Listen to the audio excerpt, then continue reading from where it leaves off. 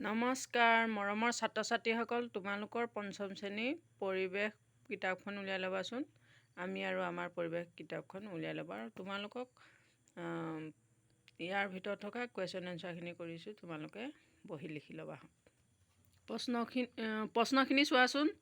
1 number উত্তৰ লিখা বুলি কৈছে। ক নম্বৰ পৰিৱেশৰ জৈৱিক উপাদানকেইটাৰ নাম কি কি?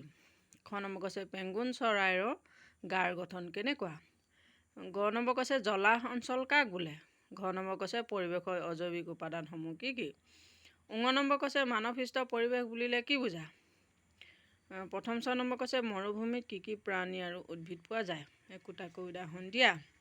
দ্বিতীয় 6 নম্বৰ কৈছে পৰিৱেশত পোহৰৰ ভূমিকা কি? এইকেইটা প্ৰশ্নৰ উত্তৰ কৰিছোঁ, তোমালোকে লিখি ল'বা। এতিয়া তোমালোকে চাবা উত্তৰ লিখা বুলি আছে নহয়। ক নম্বৰ পঢ়িছিলোঁ, এতিয়া আকৌ পঢ়ি দিছোঁ। পৰিৱেশৰ জৈৱিক উপাদানকেইটাৰ নাম কি কি? উত্তৰ হৈছে পৰিৱেশৰ জৈৱিক উপাদানকেইটাৰ নাম হ'ল উদ্ভিদ, প্ৰাণী, চৰাই চিৰিকটি, কীট পতংগ, অণুজীৱ আদি হৈছে পৰিৱেশৰ জৈৱিক উপাদান। খ নম্বৰ কৈছে পেঙ্গুইন চৰাইৰ গাৰ গঠন কেনেকুৱা? উত্তৰ পেঙ্গুইন চৰাইৰ গাটো দীঘলীয়া ডিম্বাকৃতি সৰু সৰু পাখিৰে আৱৰা আৰু ইহঁতৰ ডেউকা দুখন সৰু। এয়া হৈছে খ নম্বৰ উত্তৰ। গ নম্বৰ প্ৰশ্নটো চোৱা। জলাহ অঞ্চল কাক বোলে? তোমালোকে চাই যাবা। উত্তৰ সাধাৰণতে সাময়িকভাৱে বা স্থায়ীভাৱে জলমগ্ন হৈ থকা মাটিভাগকে জলাহভূমি বা জলাহ অঞ্চল বোলে। পানী আৰু মাটি এই দুই প্ৰধান উপাদানেৰে ইয়াৰ পৰিৱেশ গঢ় লৈ উঠে। এতিয়া ঘ নম্বৰ চাবা। পৰিৱেশৰ অজৈৱিক উপাদানকেইটাৰ নাম কি কি? উত্তৰ হৈছে বায়ু, পানী, মাটি, নৈ, জান, জুৰি, পৰ্বত, পাহাৰ আদি। এইকেইটা হৈছে পৰিৱেশৰ জৈৱিক উপাদান। ঙ নম্বৰ চাবা। মানৱসৃষ্ট পৰিৱেশ বুলিলে কি বুজা? উত্তৰ মানুহে পৰিৱেশৰ বিভিন্ন উপাদান ব্যৱহাৰ কৰি নিজৰ প্ৰয়োজন অনুসৰি সৃষ্টি কৰা পৰিৱেশেই হৈছে মানৱসৃষ্ট পৰিৱেশ। ঘৰ দুৱাৰ, ৰাস্তা ঘাট, দলং, উদ্যান, উদ্যোগ, কীৰ্তিচিহ্ন আদি মানৱসৃষ্ট পৰিৱেশৰ উদাহৰণ। এইবিলাক আমাৰ মানুহে নিজে গঢ়াৰ কাৰণে মানৱসৃষ্ট পৰিৱেশ বুলি কৈছে। এতিয়া প্ৰথম 6 নম্বৰ চাবা। মৰুভূমিত কি কি প্ৰাণী আৰু উদ্ভিদ পোৱা যায়? একোটাকৈ উদাহৰণ দিয়া। মৰুভূমিত এইটো কটন গৈছে, এইটো ত। মৰুভূমিত পোৱা এবিধ প্ৰাণী হ'ল উট আৰু এবিধ উদ্ভিদ হ'ল কেকটাছ। দ্বিতীয় 6 নম্বৰ চাবা। পৰিৱেশৰ পোহৰৰ ভূমিকা কি? উত্তৰ পোহৰৰ পৰিৱেশৰ জৈৱিক উপাদান। উদ্ভিদে খাদ্য প্ৰস্তুত কৰোঁতে সূৰ্যৰ পোহৰ ব্যৱহাৰ কৰে। সূৰ্যৰ পোহৰক শক্তি হিচাপে ব্যৱহাৰ কৰা হয়। ইয়াক সৌৰশক্তি বোলে। সৌৰশক্তিক কয়লা, খাৰুৱা তেল, খৰি আদিৰ বিকল্প ইন্ধন হিচাপে ব্যৱহাৰ কৰিব পাৰি। এতিয়া তোমালোকে 2 নম্বৰটো চাবা। খালী ঠাই পূৰ কৰা। এতিয়া ইয়াত কৈছে ক নম্বৰ। মই এইকেইটা লিখি দিছোঁ, তোমালোকে লিখি ল'বাচোন। ক নম্বৰ মানে ডেছ মৰুভূমিৰ প্ৰধান খাদ্য, মানে প্ৰধান প্ৰাণী উট। মৰুভূমিত উট নাথাকে জানো? মৰুভূমিত উট হচৌ মণিহাত, এইটো দীঘৌ নহয় আকৌ মণি হচৌ। উট মৰুভূমিৰ প্ৰধান প্ৰাণী। খ নম্বৰ বগা ভালুক ডেছ অঞ্চলত থাকে, মানে বগা ভালুক মেৰু অঞ্চলত থাকে বুলি মই লিখি দিলোঁ।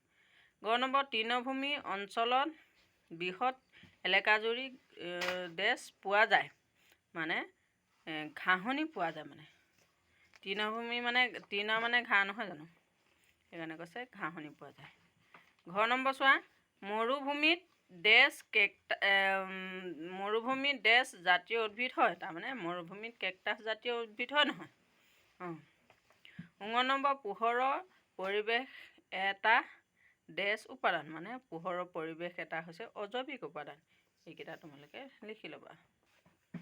এতিয়া তোমালোকে 3 নম্বৰ চোৱা, তলৰ উক্তিসমূহ শুদ্ধ কৰি লিখা।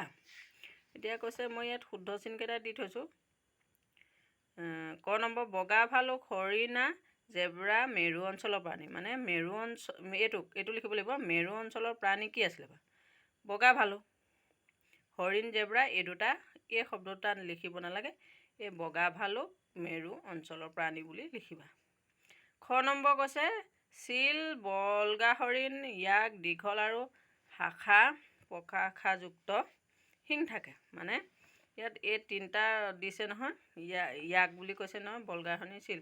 ইয়াত শুদ্ধটো হৈছে বলগা হৰিণ, ইয়াকটো লিখিব নালাগে আৰু চিলটো লিখিব নালাগে, এই দুটা শব্দ লিখিব নালাগে। দীঘল আৰু শাখা প্ৰশাখাযুক্ত শিং থাকে বুলি লিখিবা।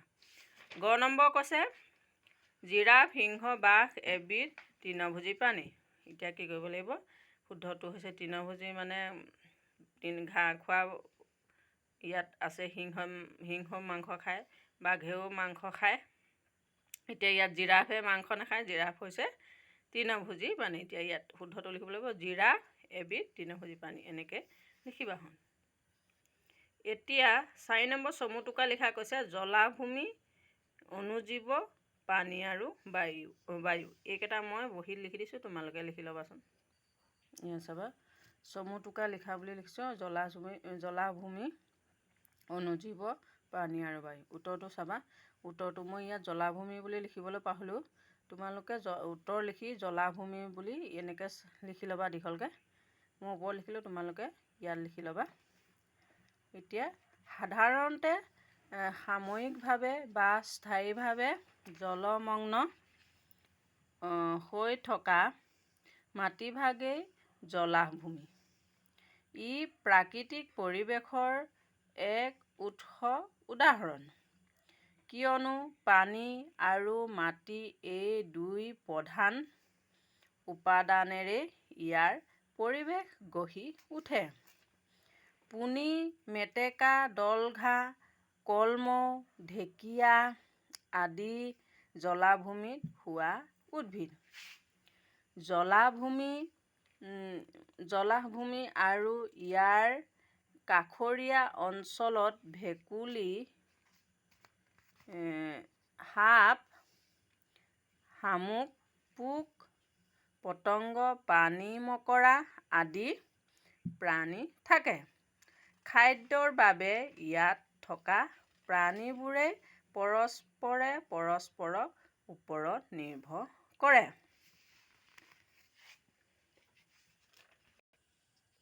এতিয়া চোৱা অনুজীৱ।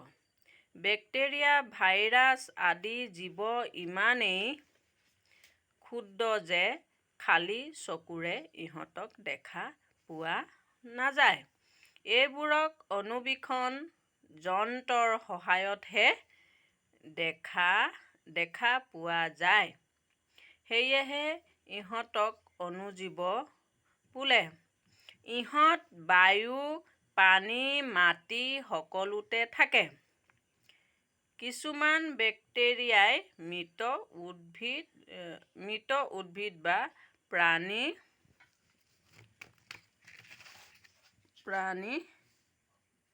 পচন ঘটাই পচন সাৰ তৈয়াৰ কৰে। এতিয়া চোৱা পানী আৰু বায়ু। পানী আৰু বায়ু হৈছে পৰিৱেশৰ অজৈৱিক উপাদান। পৃথিৱীৰ মুঠ পানীৰ বেছিভাগেই হৈছে সাগৰ মহাসাগৰ। ইয়াৰ উপৰি বৰষুণ, হ্ৰদ, খাল, বিল, পুখুৰী, নদ নদী, জান-জুৰি, ভূগৰ্ভ পানী আদি হ'ল পানীৰ একোটা উৎস। পানীৰ অবিহনে কোনো জীৱ জীয়াই থাকিব নোৱাৰে।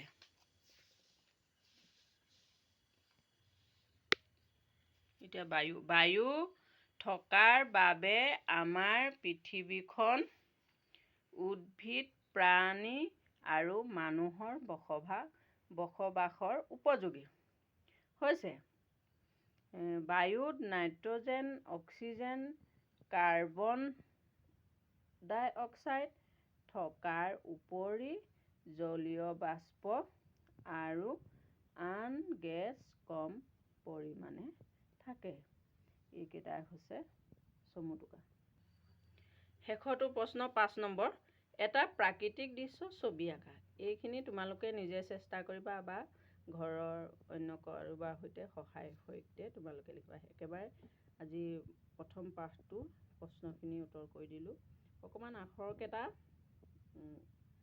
বেকা বেকিকৈ গৈছে, অকল লিখাৰ কাৰণে বেছিকৈ। তোমালোকে ভালকৈ লিখিবলৈ যত্ন কৰিবা। আজিলৈ আহিছোঁ মৰমৰ ছাত্ৰ ছাত্ৰীসকল। আজিলৈ আহিছোঁ, নমস্কাৰ।